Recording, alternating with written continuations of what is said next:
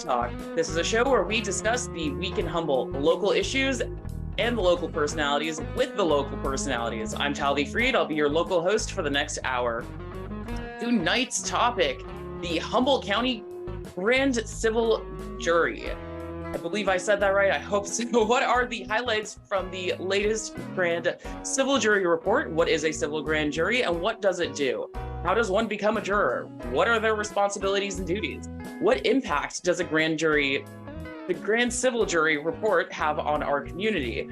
Plus many more questions, because when I went into this, I thought, I don't know what this is. Maybe other people, listeners like you, don't know or would like some more information. Well, we've assembled here at Access Humboldt a panel of experts from around the county. We've got the foreman of the current Humboldt County Civil Grand Jury, John Heckel, past juror, hello, John, past juror Kelly Eckberg, hi Kelly, and spokesperson for the Humboldt County Grand Civil Jury or Civil Grand Jury Association, Bernadette Cheyne.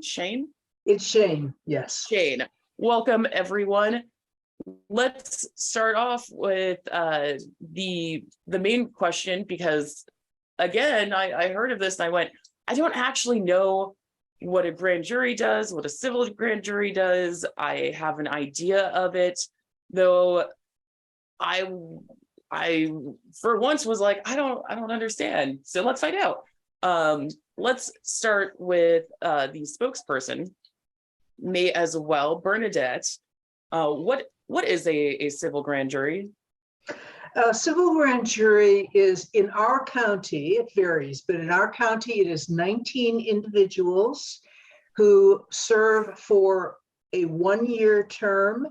They impanel, which is the word we use, usually around July 1st is when it starts. It's on a fiscal year basis, and they work through June 30th.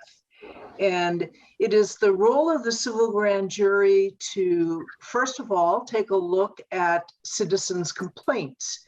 Perhaps citizens are concerned about how something is happening or something has happened to them that they would like the grand jury to look at. And so the grand jury does review those. It does not have to investigate, but it might. And then also the jurors themselves bring to the grand jury, as you can imagine, 19 people, a huge amount of background experience, and very often they are aware of certain issues that they should take a look at. And essentially, the mission of the grand jury, according to the penal code, is to investigate at least one aspect of county operations and issue a report on that. Now, in my experience with our local grand jury, we pretty much always do more than one report. And so it just depends. It takes a lot of time to do the investigation, to ultimately prepare and then release the report and so on. But that's kind of the overall mission of the grand jury. And I do have two colleagues here who might want to add more to that. Well, there's two other penal code requirements of the grand jury. One yes. is the penal code mandates that the civil grand jury look into any prisons, any state prisons within the jurisdiction, within the confines of Humboldt County. So for Humboldt County, we have one state prison facility in southern Humboldt County that we are mandated to go inspect. A lot of the grand juries also interpret this as a suggestion that other correctional facilities within the county are looked at. And I think the history of our local grand jury is that they have voluntarily mandated themselves to look at all of the correctional facilities within Humboldt County. And then there's one other state requirement, and that is that the Board of Supervisors can ask the civil grand jury to investigate and make a judgment on whether or not they should get a raise. So if the Board of Supervisors are up for a raise and they're considering giving themselves a raise, they can turn to the civil grand jury and turn it over to them to investigate whether they should get a raise and make a recommendation of whether or not to get a raise. I might add, the last time that the Humboldt County, the Board of Supervisors gave themselves a raise, they didn't ask. That was going to be my question. Jury. Are they going to actually ask anybody if they can well, give themselves a raise? Personally, I think they didn't ask the grand jury because they didn't know that they could. Oftentimes they are as uninformed about the civil grand jury as you referred to earlier. Would it add some caution tape for the civil grand jury to investigate whether the Board of Supervisors need a raise or not? Because if the answer is they don't need a raise, why would they want to go through the civil grand jury? Well, I think the state penal code makes that suggestion to avoid a conflict of interest, right? If the Board of Supervisors considers themselves to be up for a raise and they do their own research and then conclude that they should get a raise, the citizens go, well, right? But if they turn it over to the civil grand jury and the civil grand jury does a comparative analysis and they decide, yeah, they should get a raise, then it makes it seem more neutral, right? Makes it seem that way, doesn't it? Yeah. Would you like to add anything onto that, Kelly? Well, I think that John gave me some new information. I was not aware of the Board of Supervisors implication on that. But what I would like to add is something that I think I want to impress upon the public who is listening, that we are an investigative and research body. We are not going to be sitting in judgment at a trial. We are going to spend our entire 12-month period following up on complaints, as John mentioned, and looking at the facilities that we are required to. And then we do the research. We interview people. We delve into problems to the best of our ability. And then we collaboratively write reports and present that to the community. And we do consider ourselves, as opposed to a judgmental body, we are definitely a body that is here to serve the community. And I think I should add to this, just in case we weren't clear, the grand jury can only investigate county operations. We cannot look at things that are the venue of, say, the state or the federal government or private entities. You know, as much as we might want to, we do not have the authority or the jurisdiction to do that. Yeah. Thank you, Bernadette. And within county investigations, we're also talking about the cities and the special districts within the county. The civil grand jury can look at the Arcata Police Department, the Arcata City Council, the Planning Commission, the McKinleyville Special Districts, any governing body within the county, not just county government, but any governing body within the county. That includes the Board of Education. It includes schools, charter schools, school districts. All of that is available for the grand jury to look into. So it sounds like the civil grand jury is the watchdog inspectors that everybody's like, oh no, we got to sweep real quick before they walk in. that happens sometimes. Yeah. Yeah, and watchdog is actually one of the terms that we use. I'm also a grand jury trainer, and when I was on the grand jury, I began to train to be a trainer. John was also a trainer for a period of time, and one of the terms that we use during our training is that it is a watchdog function. So that's a good term.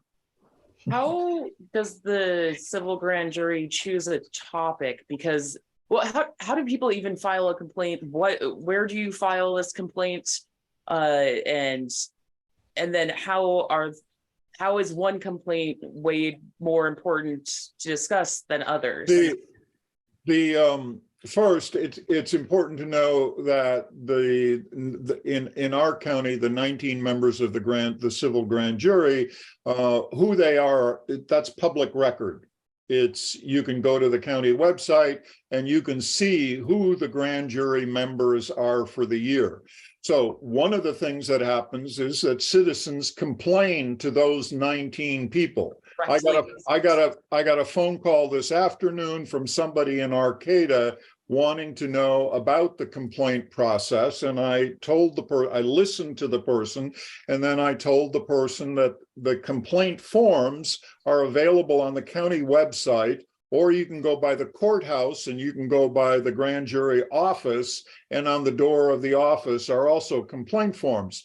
But most people go to the county website, they download the complaint form and they fill out the complaint, and then it gets sent to the grand jury. And then the grand jury, in terms of, you asked about the decision-making process. One of the really big considerations when we get a complaint in particular is, what is the scope of the problem? Sometimes complaints will very clearly be one person's gripe about something, and we ask ourselves, is this really a big issue? What is the percentage of our population that might be affected by this? Is it worth our time to dig into it? Because typically you can only handle a certain number of investigations. They are very, very time consuming, as well as the report writing process. So it has a lot to do with the weightiness of it, the scope, and then also, is this really just one person's gripe, or is it a bigger issue than that? And my colleagues may have something to add here. Well, I mean, I want to reinforce the fact what you said earlier. The penal code says that the civil grand jury needs to every year investigate one aspect of county government. So there is one investigation and one report that's mandated by the penal code. So the grand jury gets together, and one of the things that they might do is they might look at a continuity matrix or a compliance matrix and look at what the grand juries over the last 15 to 20 years have looked at. And they might come up with, somebody might say, look at the roads department has not been looked at for 20 years. Nobody has investigated the roads department. So they might make the decision that way. This year, for instance, in terms of the Child Welfare Services report, that was stimulated by a complaint. We got a complaint. We looked at the complaint, and then we went back to last year's report and saw that in the last 10 years, there were a number of reports and investigations of child welfare services. And last year's grand jury, which is represented by one of us, also looked at child welfare services, right? Correct. We had a very in-depth look. It was stimulated by, I would say, perhaps up to 5 to 7 written complaints presented to the grand jury. We had to look through those as a committee and then present them to the plenary, to the whole jury, which convenes once a week in its entirety, and we vote on which one we would like to go forth with. We went into the investigation of a complaint that had been filed, and it reached all the way to the state of California. And then the Child Welfare Services was sued by the state and needed to come into compliance for a very large number of issues. And we went through every single one of those points and checked for compliance and how they were doing and what the progress was. One of the things that we think of in terms of the reports, right? The reports are the only thing that the public ever knows about what goes on within a grand jury. Grand jury members are, everything is confidential for life. You can't reveal what goes on in the grand jury room. And when you read about grand juries all across the country, on the East Coast and stuff, this idea of confidentiality keeps coming up again and again and again. And the Humboldt County civil grand jury has a good reputation for keeping confidentiality. It's really important because if you interview somebody, somebody's not going to tell you the truth if they don't believe that you're going to hold to the rules of confidentiality within the grand jury, right? So the only thing that gets out is the reports. And the reports state specific findings. The requirements are that the report end up after the narrative of the report so that it forces the grand jury to say, this is what we discovered to be true, right? And then they have to make recommendations on how to fix those problems. And that starts a dialogue. Certain agencies within the county are then required by the penal code to respond to that report. And that response becomes part of the public record. And the public then is involved with, can be involved by reading the report, knowing that, say, the Board of Supervisors are required to respond whether they agree or disagree with the findings of the report, and that starts a dialogue. That forces the Board of Supervisors or whoever else to go on record making certain statements, and that's the dialogue that then gets started. And you in the press are part of that dialogue. This conversation we're having right now is part of the dialogue that the civil grand jury starts with the people of Humboldt County, with the Board of Supervisors, and with the press. The confidentiality. By the way, we are not reporters. We're media creators. My producer was like, please point out we're not reporters. Okay, but Access Humboldt, right, is part, you're part of the dialogue. You're part Definitely. of the community dialogue. Absolutely. On that note, we're going to continue this discussion and dialogue exchange after this quick break. You're listening to Thursday Night Talk, and I'll see you in a few seconds.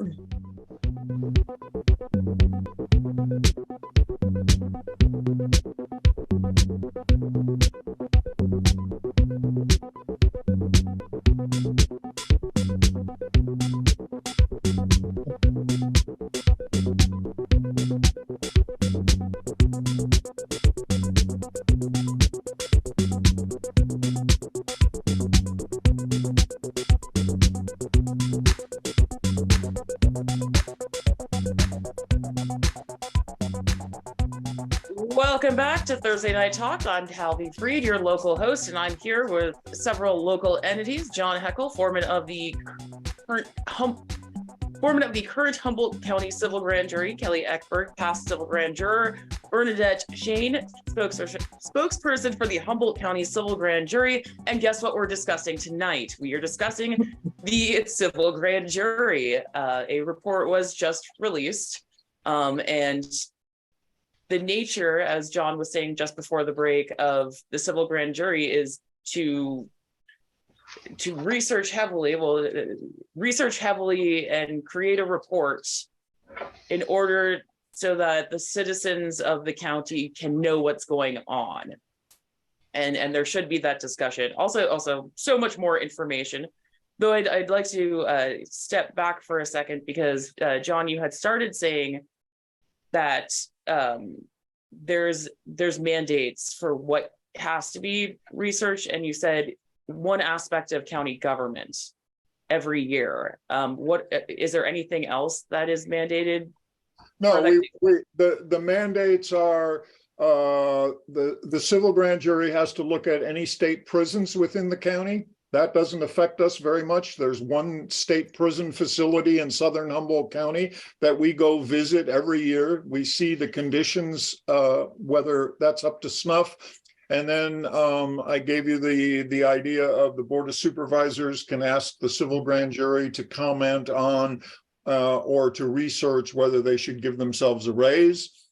And then our grand jury has, for the last 10-15 years, included in the prison inspection idea that they also do an inspection every year of the Humboldt County Correctional Facility, the Garberville substations, all of the police holding facilities within the county. They inspect and go see all of those facilities each year. They don't have to, but they've decided to do that. So that is really an important aspect of the grand jury, and it varies from county to county, that each grand jury can make decisions. I mean, going beyond what the penal code requires, they can make decisions about what they're going to do, what they're not going to do, and how they're going to do things. And as John mentioned, our grand jury for quite a few years has, in terms of our facilities, holding facilities, prisons, et cetera, has done certain things. And there are certain other things the grand jury has just kind of developed a pattern. And again, it just depends. One thing I will mention, just to maybe stimulate the interest of the public, which is one of the things we would like to do today, we hope we could accomplish. The year 21-22, our grand jury went and visited and reported on the Eel River Conservation Camp, which is the prison John was referring to, the Humboldt County Jail, which you see in Eureka. We went to the Sheriff's Work Alternative Facilities, which are part of the jail program. They have several of those. They have a swap farm out of Fortuna that was of very interest. Provides a lot of access for an expansion of jailers facilitating the community by giving back and then reducing their prison time. We inspected the Humboldt County Juvenile Hall, which is new. We were the first jury to see a very impressive new juvenile hall that was just completed last year. We visited the Humboldt County Animal Shelter. We visited the Sheriff's Boatyard and evidence rooms. We did a thorough report on the Office of Emergency Services, which is the go-to department in the county that would provide us with help in the event of earthquakes or tsunamis or major disasters. We visited the Semper Viren Psychiatric Health Facility. We went to the coroner's office, the public administrative office, the county probation office. And that was what we did. There were 13 facilities that we inspected and then did detailed reports on. So that was a very interesting year to hit all of those facilities. That's quite a bit to investigate within a year for 19 people to create a report out of. Where can somebody read these reports? Because I am so curious, like what is said within them, and I'm sure others are. Like where can one find all of these reports? There are reports there's a thing about reports, right? You try to release the report as it comes out during the year. Currently, we've released 3 reports this year so far. And those reports individually are available on the county website. People can go to the official Humboldt County website, then they link to the grand jury, and then it will give you an archive of the last 15 years of grand jury reports. And you can read all the reports. Not only can you read all the reports, you can read all the responses to the reports from the Board of Supervisors, from CWS, from Health and Human Services, from the Arcata City Police Department, all of those people that responded to their reports. Those responses become part of the public record and are available on the county website. Then, at the end of the year, each year, the grand jury, at the end of June, takes all the reports, puts it together, creates a composite of the year's work, and makes that available to the public also. And what they do, what we've done in the past and what we'll do this year, is there's a highlighted summary of all of the reports that will be in the newspaper. So all of the people that we haven't decided yet whether it's the Times Standard or North Coast Journal, but it will be in one of those two. The highlighted versions of all of the reports will be included in that and will go to all the people in Humboldt County.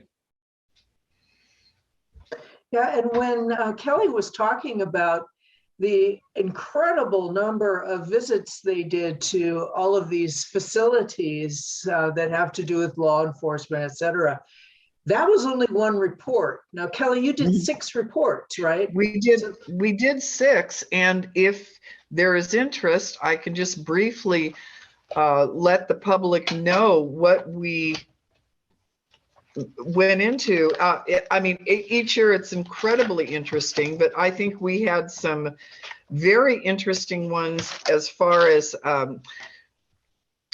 topics that people should be involved in. One was we titled "The Sea Also Rises," which we studied the effects of sea level rise in Humboldt County, because Humboldt Bay is the most heavily impacted shoreline, not just in this country, but pretty much around the globe. So it is, the sea level rise will impact Humboldt Bay and this county in a very large way. So we did that report.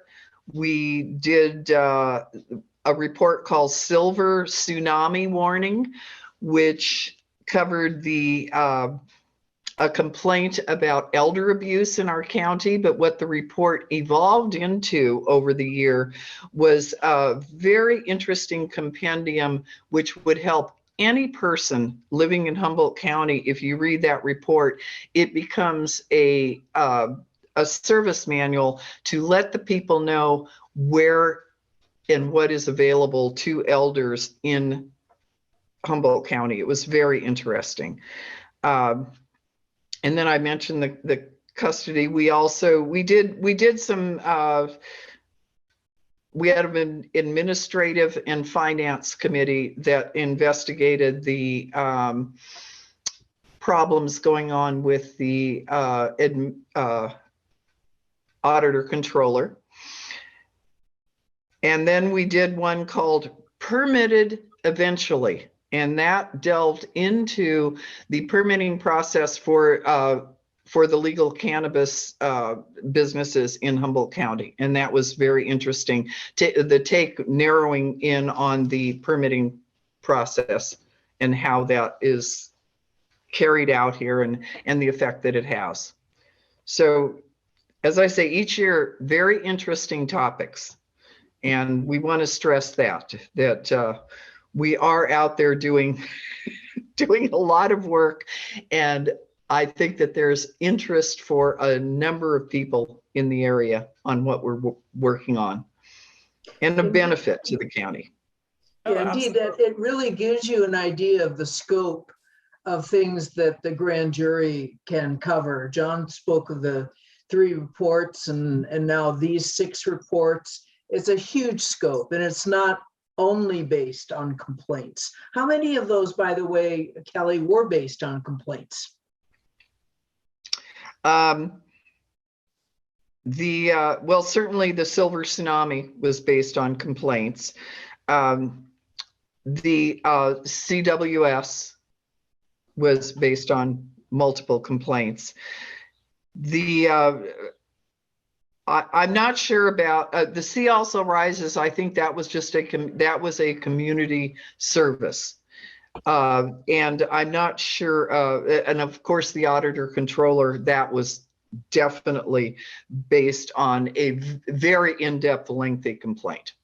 So what role because I'm sure everybody was paying attention, maybe some people forgot by now, but the auditor controller issue was very Huge. heavily being monitored by media as well as people interested, because it seemed very dramatic and a lot of times petty, in my opinion. Though I didn't realize that the civil grand jury was the investigators in that one. Is that the case? Did it stop because the person who many complaints were about was not reelected? How did that work out?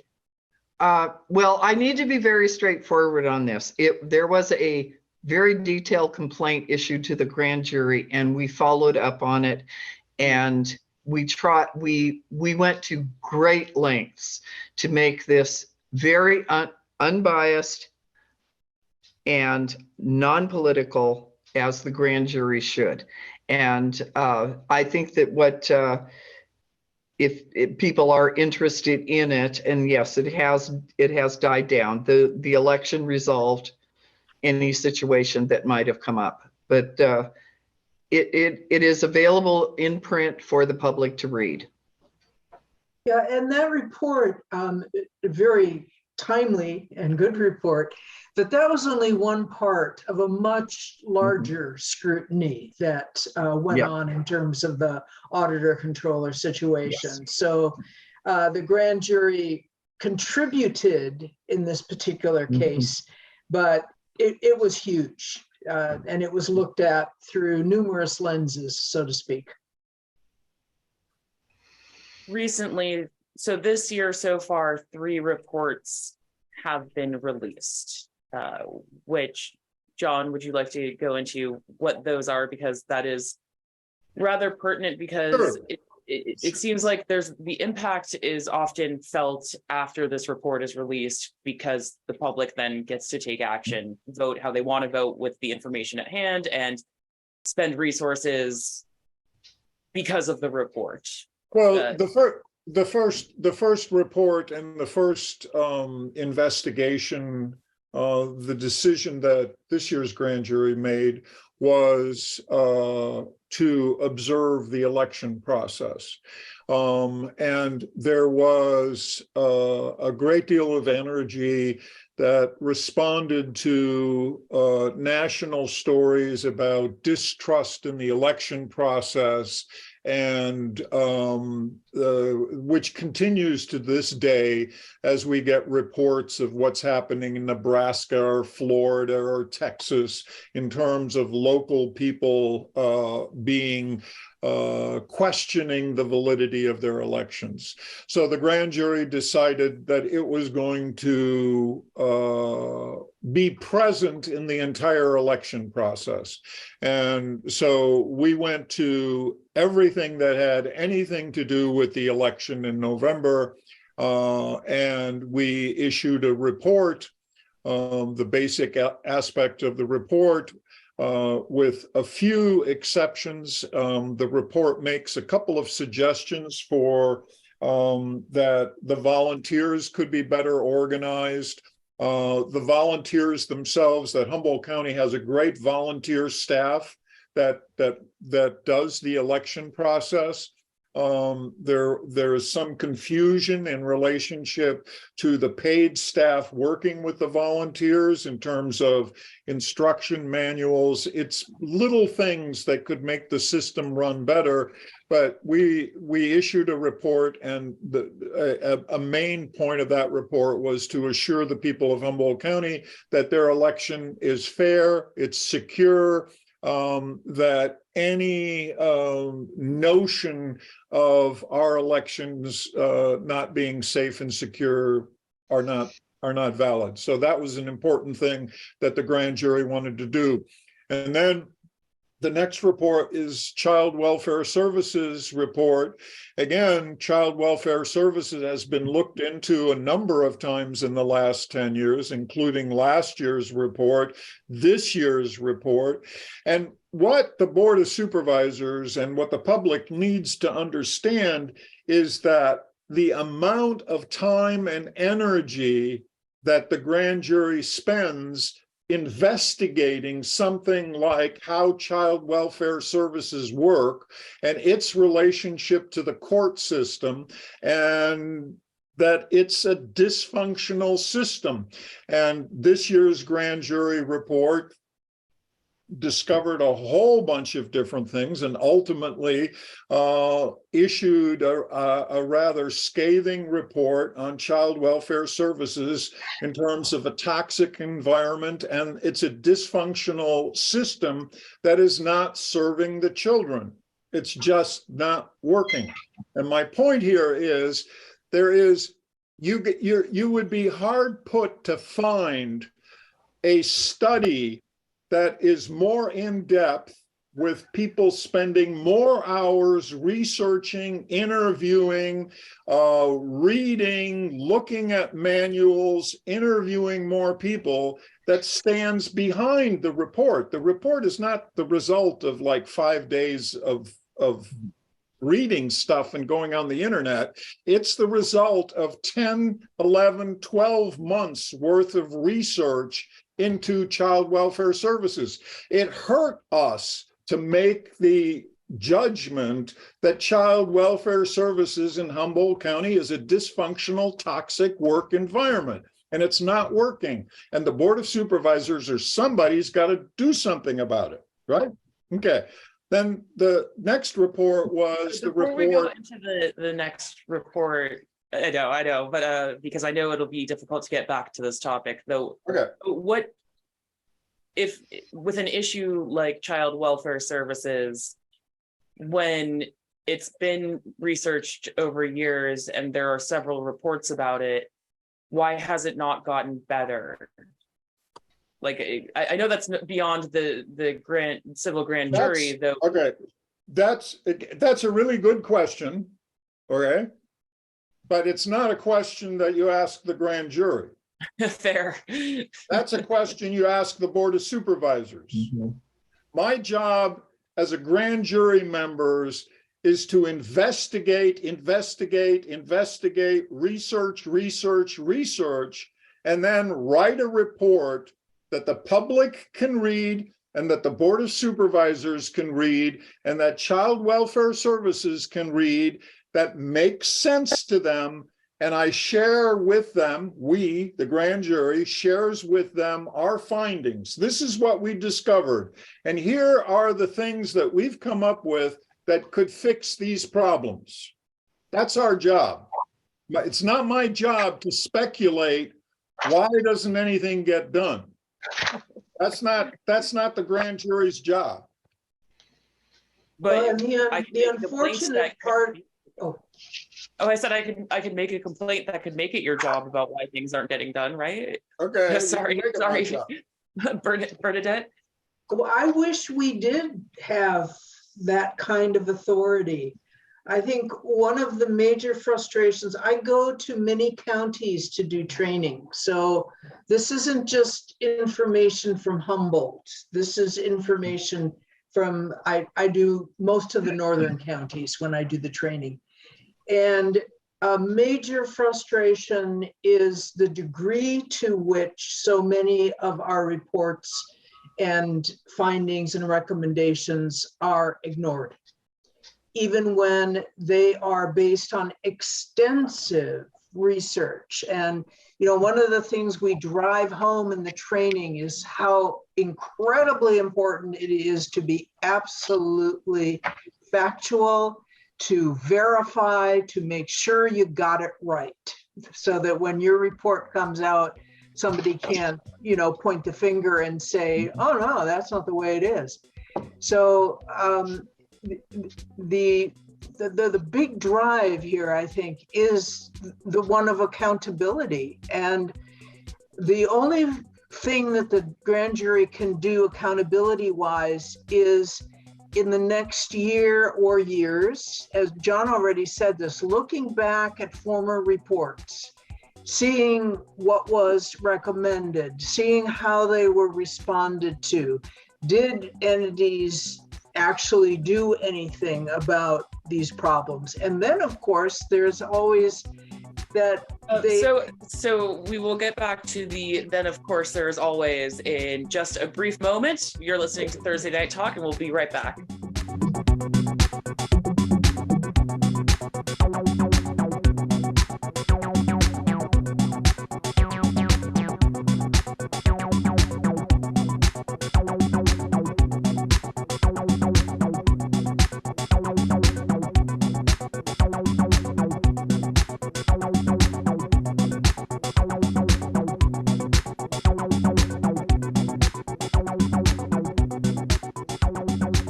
Welcome back to Thursday Night Talk. I am your local host, Talvi Freed. I'm here with John Heckel, Kelly Eckberg, and Bernadette Cheyne, and we are discussing the civil grand jury of Humboldt County. And then there was Bernadette. And then there's always the situations, and I know that John and Kelly both have experienced this, where an entity responds and says, oh no, we disagree, this is wrong, blah, blah, blah. But then if you watch down the road, they actually will change things. They will fix things. They were, whatever was recommended. That doesn't always happen, but occasionally that happens. And you go, oh, so they did get it. They just didn't want to acknowledge that they got it. So, I mean, there's all kinds of things that arise here. Yeah, so for those just tuning in, we are discussing the civil grand jury, and we're discussing the last topic, or where the conversation went, which it was, why do people ignore the reports? Why do things not get better after this very well done in-depth report is released? Why does that not happen? And now we're going to go back to the third report that was released for this year. John, I didn't mean to derail it that much. Oh, that's all right. That's all right. Then 5 days ago or whatever it was, we released a report on McKinleyville. And I've lived in Humboldt County for 50 years, right? And I've watched McKinleyville happen and expand and expand and expand.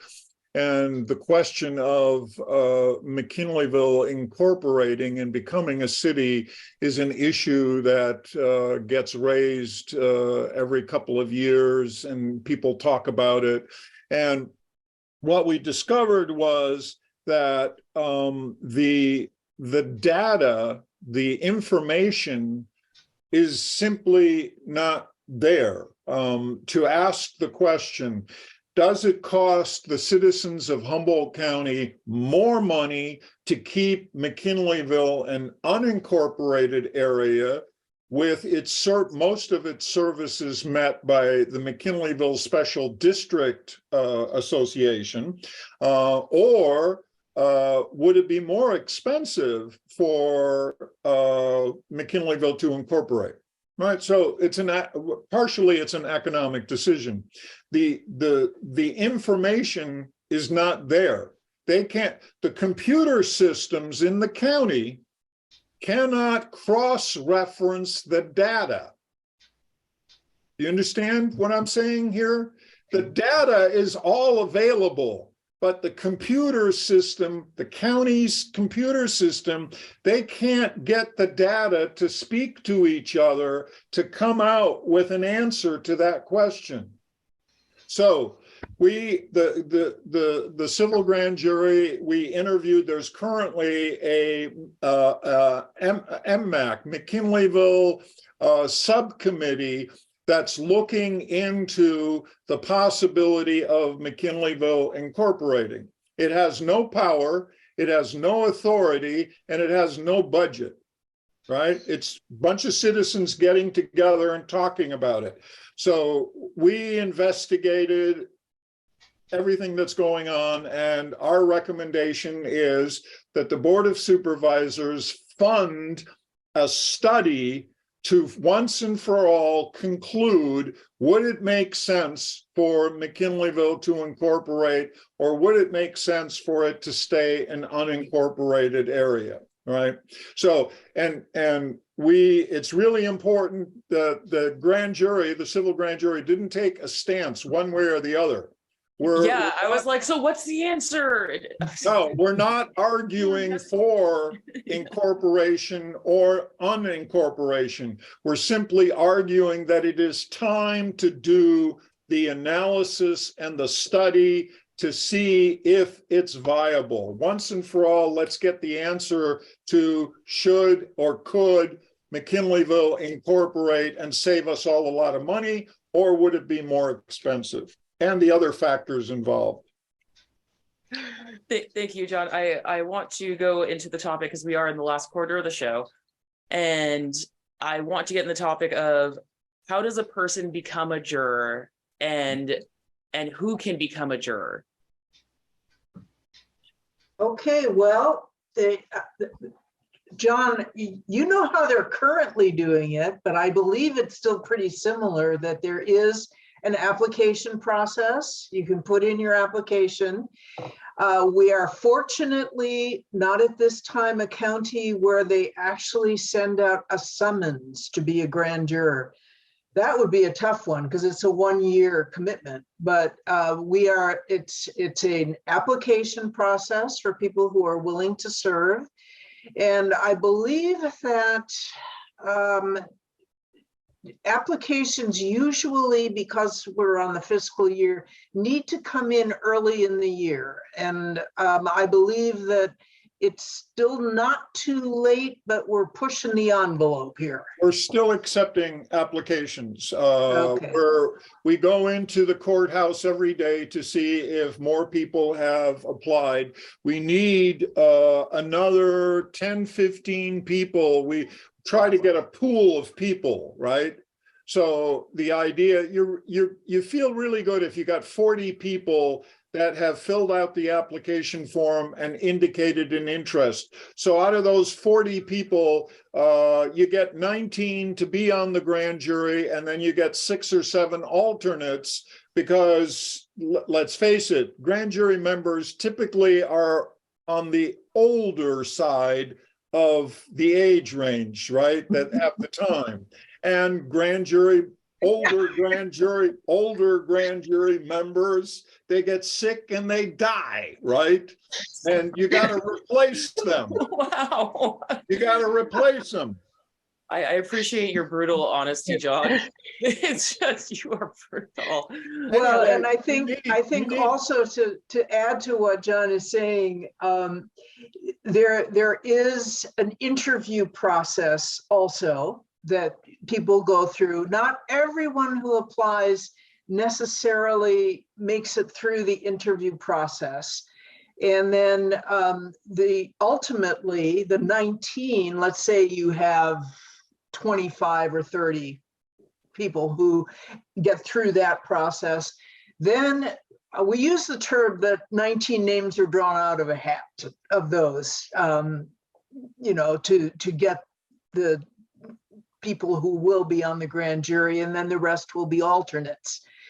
In terms of the requirements, you have to be at least 18 years of age. You cannot have any felony convictions. What am I forgetting, John? Good. That's it?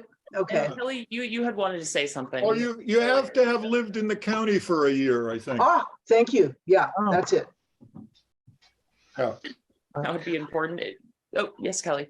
Well, I would think, I think the time that you would want to devote to the grand jury is an important consideration because it is time consuming. We would have committee meetings at least once a week. As you get into it, it could be two times to three times a week. And then we have a mandatory plenary, which is the entire grand jury getting together for the morning to meet and discuss progress from the each committee. So that is something that people want to take in mind. We've found our rate of drop off from our year was because people were too busy. They got onto it and did not have the understanding that they needed to commit that much time. And then the report writing is extensive. And you do need to have a familiarity with, you have to be able to do your research, which is done on the computer. So you have to have some kind of knowledge of using the media in that method. And that did eliminate some people. Are there compensations for anybody who is a juror? Oh, There's mileage, right? Currently, I think it's 56 cents a mile or something like that, plus or minus. So you get mileage from your home to wherever the grand jury meets. And for instance, that's really important. If you think about Humboldt County is not just, Trinidad, Arcata, Eureka. It's also Garberville. It's also Willow Creek, and you want outlying areas represented. You want you want tribal concerns to also be, indigenous concerns also to be in the grand jury. So you need to be able to pay people for mileage, and then there's a small stipend. Which amounts to usually like $100 or $125 a month that you get. So it's mileage plus like $100 a month. So No, go on. Yeah, we typically tell people that the minimum amount of time is going to be 15 to 20 hours a week. And this is why we tend to lose people who have full-time jobs, and why, as John said, well, it's not quite what John said, why we get more My people died on me. mature people who are retired and still alive, darn it. So we are in the final portion of the show, which means it's round robin time. That we spoke a little bit into it. So everyone, you have 2 minutes. Again, this is a time when you can tell our listeners, people watching on the Access Humboldt television channel, just let them know whatever you want them to take away from either this conversation or anything on your mind. Well, I will start because I'm feeling a little chatty right now. My time on the grand jury was incredibly rewarding, and we spoke much earlier about knowing about the grand jury. I was retired from Humboldt after years of teaching there when I found out about it. I had never heard about the civil grand jury before. So I was one of those people who went, what, huh? And I ended up applying. I spent 2 years on the grand jury. And then, as I already said, I became a trainer. And what a wonderful, extraordinary experience it was. The incredible opportunity to work with 19 people and very different backgrounds, experiences, perspectives. I learned a great deal from that. And then also about the county. I didn't know about special districts and what we call JPAs, joint power authorities, and certain aspects of city governments, and all of this stuff was such an incredible learning experience for me. And I came away from it knowing so much more about our county and really actually respecting enormously the people who work for the county. By and large, with only a few exceptions, they are incredibly devoted to what they're doing. They put an enormous amount of time and energy into it. And although we might find fault with what they do, in general, with few exceptions, they are giving it their very best shot. So with that, I'm going to pass it over to whoever wants to go next. Thank you. Let's go to Kelly next. Okay. Everything that Bernadette so eloquently put out, I agree with 100%. Cannot emphasize it enough.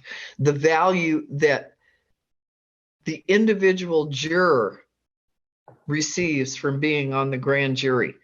It is enormous. One thing we haven't touched on, and I know John will have other things to say, but what I find was very interesting was not just the research was fantastic to really put your brain out there and do months of research. The other thing was learning the interview process. We interviewed dozens and dozens and dozens of people. And these are people that a lot of these were high-ranking members in county government.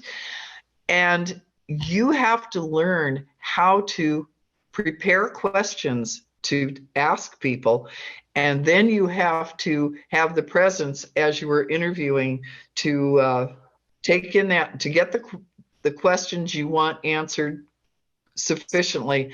And so that I found the interview process to be very intriguing and helps you in life. I mean, what you learn being on the grand jury, you will take with you, and it will benefit you in many ways. So that's my spiel. Thank you, Kelly. And I was going to crack a joke about like what you will take with the rest of your life, assuming you survive the grand jury, because from John's stories, there's some situations. All right, John, it's your turn for the round robin. Yeah, no, I think that the appeal of the grand jury and the reason that somebody might consider to volunteer to be on the grand jury fall into two categories. One is personal growth. That was just referred to in relationship to the interview process. But if you can imagine that you commit yourself to spending 1 year with 19 other people of a diverse background from all over Humboldt County, and you are going to touch on some very, very difficult areas to look at. And you're going to agree, you're going to disagree. And over a year, you're going to learn the idiosyncrasies of the person sitting next to you around a table. You're gonna discover people's pet peeves. You're gonna discover an increased sense of your own patience and tolerance for other people.